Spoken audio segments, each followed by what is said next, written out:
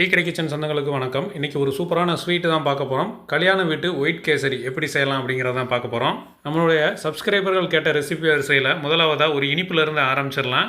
மதுரையிலேருந்து நம்மளோட சப்ஸ்கிரைபர் கேட்டிருந்தாங்க, கல்யாண வீட்டு ஒயிட் கேசரி எப்படி செய்யலாம் அப்படின்னு கேட்டிருந்தாங்க. அவங்களுக்காகவும் உங்கள் எல்லாருக்காகவும் இந்த கல்யாண வீட்டு ஒயிட் கேசரி இன்றைக்கி ரெடி பண்ணியிருக்கிறோம். பொங்கலுக்கு இந்த மாதிரி ஒரு ஸ்வீட் செஞ்சு எல்லாரையும் அசத்திடுங்க. வணக்கம். நீங்கள் நம்ம டீ கடை கிச்சனில் கல்யாண வீட்டு ஒயிட் கேசரி ரொம்ப சூப்பராக பண்ண போகிறோம். ஸ்கிப் பண்ணாமல் பாருங்கள். இது வேறு மாதிரி மெத்தடு. இப்போ அடுப்பை பற்ற வச்சு ஒரு கடாயை எடுத்து அடுப்பில் வச்சாச்சு. இப்போ கடாய் சூடாகிட்டு இருக்கும்போது ஒரு 50 ml எண்ணெய், இது நான் சன்ஃப்ளவர் ஆயிலெலாம் சேர்க்குறேன். நீங்கள் நெய் கூட சேர்த்துக்கலாம் முழுமையாக, இல்லைன்னா எண்ணெய் சேர்த்துக்கலாம். எண்ணெய் சூடானோடனே ஒரு 25 கிராம் முந்திரி பருப்பு அந்த எண்ணெயில் சேர்த்துருங்க. எண்ணெயிலே முந்திரி பருப்பு லேசாக ரோஸ்ட் ஆகிட்டு வரணும். உலர் திராட்சை ஒரு 25 கிராம் அதையும் நம்ம உள்ளே சேர்த்துடலாம். சேர்த்துட்டு அந்த எண்ணெயிலேயும் அந்த உலர் திராட்சை நல்லா உப்பி வர அளவுக்கு நல்லா கலந்து விடுங்க. நல்லா இந்த அளவுக்கு பொரிஞ்ச உடனே ஒரு 3/4 லிட்டர் தண்ணி நம்ம இதில் சேர்த்துடுறோம்.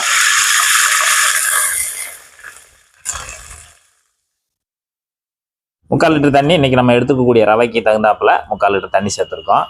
அடுத்து இந்த கேசரிக்கு தேவையான இனிப்பு பார்த்தீங்கன்னா ஒரு 1/2 கிலோ நம்ம ஜீனி எடுத்து வச்சுருக்கோம். 1/2 கிலோ ஜீனியை உள்ளே சேர்த்துடலாம்.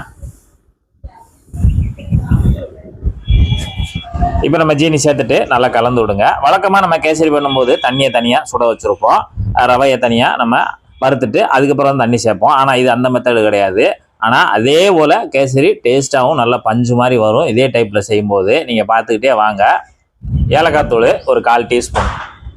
ஏலக்காய் தூள் எப்பயுமே நம்ம அரைச்சி வச்சுருக்கும் போது ஏலக்காயும் கொஞ்சமாக சாதிக்காய் சேர்த்து தான் நம்ம அரைச்சி வச்சுருப்போம். அப்படிங்கும்போது இந்த மாதிரி இனிப்புகளுக்கு நம்ம அந்த சாதிக்காய் போட்டு நம்ம அரைச்சி வச்சுருந்தோம்னா இனிப்பு நல்லா டேஸ்ட்டாகவும் இருக்கும், மணமாகவும் இருக்கும், வாசனை நல்லா இருக்கும். அதனால் அந்த மாதிரியே நீங்கள் அரைச்சி வச்சுக்கோங்க. நீங்கள் ஏலக்காய் பொடி அரைக்கும் போது ஒரு 50 கிராம் ஏலக்காய் வாங்குறீங்க அப்படின்னா ஒரே ஒரு ஜாதிக்காயில் ஒரு 1/4 வாசி போட்டால் போதும்.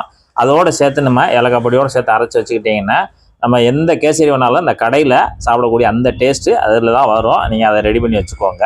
இப்போ நமக்கு ஜீனியெல்லாம் கரைஞ்சி நல்லா கொதிச்சு வரட்டும். தண்ணி நல்லா கொதிச்சிடணும். நல்லா அந்த மாதிரி கொதிச்சிடணும். அப்படியே ஏலக்காய் வாசம் அப்படியே கமகமன்னு வருது. அடுத்தால நம்ம ஒரு 1/4 கிலோ ரவை எடுத்துருக்கோம். 1/4 கிலோ ரவை எடுத்து ஒரே ஒரு டேபிள் ஸ்பூன் நெய்யில் வறுத்து வச்சுருக்கோம். ரவையை பூரா நல்லா வறுத்துட்டோம். முன்னக்கூடியவும் ஒரு 5 நிமிஷம் நல்லா மீடியமான ஹீட்டில் வச்சு இந்த மாதிரி நல்லா நைஸாக வறுத்து எடுத்துடணும். வறுத்து எடுத்த ரவை அப்படியே எடுத்துகிட்டு இப்போ கொதிக்கிற தண்ணியில் கரண்டி இப்படி வச்சுக்கோங்க. கரண்டி வச்சுட்டு நல்லா கலந்து விட்டுக்கிட்டே இருங்க. இப்போ ரவையும் தூவி விட்டுக்கிட்டே இருக்கணும். இந்த மாதிரி ரவை தூவி விட்டுக்கிட்டே இருக்கணும். கரண்டியை வச்சு நல்லா கலந்து விட்டுக்கிட்டே இருங்க. ஒரே இதாக போட்டுட்டு அப்புறம் நீங்கள் கலந்தீங்கன்னா கொஞ்சம் கட்டி ஆயிரும். அதனால் அப்படியே தூவிக்கிட்டே இருக்கணும். நம்ம கலந்து விட்டுக்கிட்டே இருக்கணும். இந்த மாதிரி தூவிக்கிட்டே கலந்து விட்டுக்கிட்டே இருந்தோம்னா நமக்கு எல்லாம் ஒன்று போல் கட்டி இல்லாமல் கலந்துரும். இப்போ நம்ம எல்லா ரவையும் உள்ளே சேர்த்தாச்சு. நல்லா கலந்து விடுங்க. நமக்கு அந்த ரவை நல்லா தண்ணி இனிப்பும் வாங்கி நல்லா வெந்து வரணும். ரவையை சேர்த்து ஒரு 4 நிமிஷம் ஆச்சு. பார்த்தீங்கன்னா தண்ணியெல்லாம் நல்லா உறிஞ்சி சுண்டி வந்துக்கிட்டு இருக்கு. நல்லா கலந்து விட்டுக்கிட்டே இருங்க.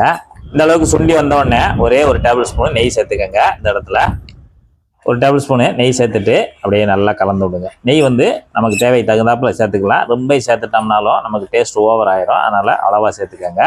இப்போ நெய் சேர்த்து நல்லா கலந்து விடுங்க. பார்த்தீங்கன்னா ரவை நமக்கு பொதுவாக தண்ணியை கொதிக்க வச்சுட்டு ரவையை போட்டோம்னா எல்லாருக்கும் குழஞ்சு போயிடும்னு சொல்லுவாங்க. ஆனால் இந்த டைப்பில் ஊற்றும் போது அந்த ரவையெல்லாம் குழஞ்சு போகாது. அப்படியே நல்லா முத்து மாதிரி அப்படியே மணிமணியாக இருக்கும்.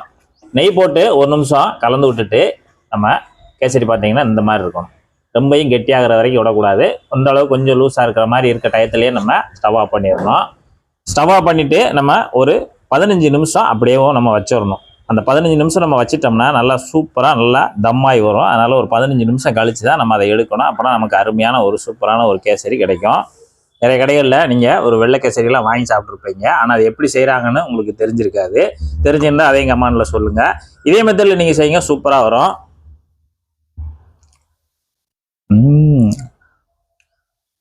சூப்பராக இருக்கு. அதேமாரி கையிலையும் ஒட்டாது. அந்த அளவுக்கு சூப்பராக இருக்குது. இதே மெத்தடில் இதே மாதிரி நீங்களும் ஒரு சூப்பரான ஒரு கல்யாண வீட்டு ஒயிட் கேசரி செய்து சாப்பிட்டு பார்த்துட்டு எப்படி வந்தன்றதை கமெண்ட்டில் சொல்லுங்கள். நன்றி, வணக்கம்.